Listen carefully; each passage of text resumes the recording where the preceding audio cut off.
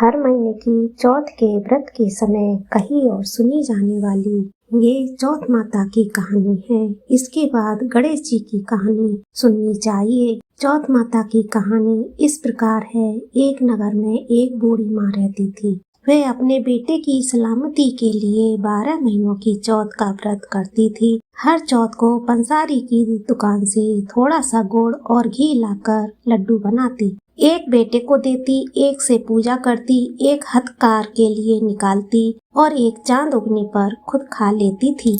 एक बार उसका बेटा पड़ोसन के घर गया। पड़ोसन ने बैसाखी चौथ का व्रत रखा था। पड़ोसन से पूछा, माँ तो 12 चौथ करती है। पड़ोसन बोली, तेरी माँ तेरी कमाई से तर माल खाने के लिए 12 चौथ करती है। तू परदेश जाए तो एक से भी चौथ नहीं करेगी। लड़के को लगा पड़ोसन सच कह रही है। घर आकर माँ से कहा कि मैं परदेश जा रहा हूँ, यहाँ तू मेरी कमाई खाने पीने में ही उड़ा देती है। माँ ने समझाकर रोकना चाहा, लेकिन बेटा नहीं माना। माँ ने उसे साथ ले जाने के लिए चौथ माता के आंखें दिए और कहा, मुसीबत में ये आंखें तेरी मदद करेंगे।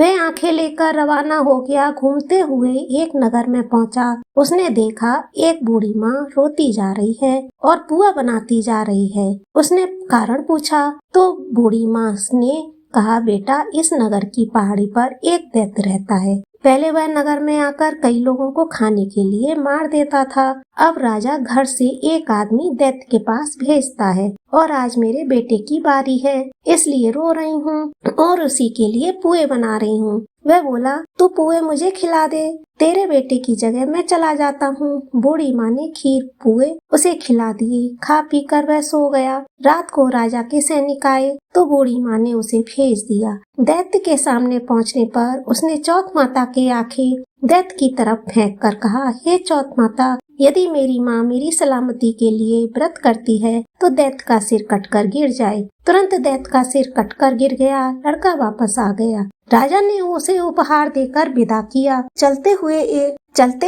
एक दूसरे राजा के नगर में पहुंचा। इस राज्य में आवा तभी पकता था जब एक इंसान की बलि दी जाती थी। सिपाहियों ने उसे पकड़कर आवे में चुन दिया। लड़के ने आंखें आवे में डाले और कहा, हे चौथ माता, यदि मेरी माँ मेरे लिए व्रत करती है तो आवा मेरी बलि के बिना ही झट से पक जाए। आवा तुरंत पक गया। आवे में से मिट्टी की जगह सोने चांदी के बर्तन निकले। अंदर से लड़का बोला, बर्तन धीरे धीरे निकालना, मुझे लग नहीं जाए। राजा ने उसे निकलवाया और पूछा, इस आवे से तुम कैसे बच गए? लड़के ने बताया कि उसकी माँ चौथ माता का व्रत करती है, व्रत के कारण ही वह बच पाया है। राजा को विश्वास नहीं हुआ।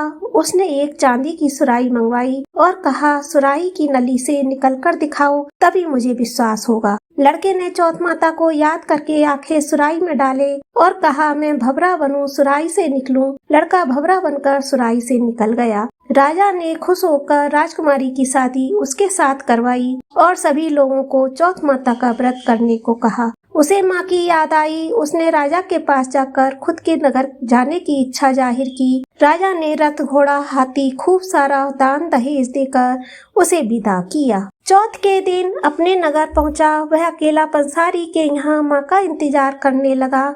सोचा चौथ है तो माँ यहाँ जरूर आएगी। थोड़ी देर बाद लकड़ी टेकती हुई माँ आती दिखी। उसकी माँ की आंखों में जाले आने के कारण दिखना कम हो गया था। लड़के ने जानबूझकर अपने पैर की लकड़ी से लगा दिया और कहने लगा, बल रे पूत काटी, मेरे पैर के लगी है।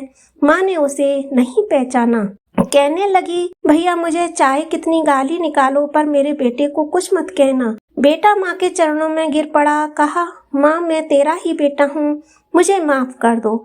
माँ ने उसे गले लगा लिया। नगर के लोगों ने विश्वास नहीं किया कि वह उसी का बेटा है। बूढ़ी माँ ने चौथ माता को याद करके कहा, हे चौथ माता, यदि मैं अपने बेटे के लिए व्रत करती हूँ तो मेरे स्तन में दूध भर जाए और उसकी धार मेरे बेटे के मुंह में गिरे। माँ के स्तन से दूध की धार निकलकर बेटे के मुंह में गिरने लगी। लोग चौथ माता की जय जयकार करने लगे। उस नगर के सभी लोग चौथ माता का व्रत करने लगे। हे चौथ माता, जैसे बूढ़ी माँ और उसके बेटे की सहायता की वैसे ही हमारी करना। कहानी कहने सुनने ओंकारा भरने वालों का सबका कल्याण करना। बोलो चौथ माता की जय। इस कहानी के बाद गणेश जी की कहानी अवश्य सुननी चाहिए।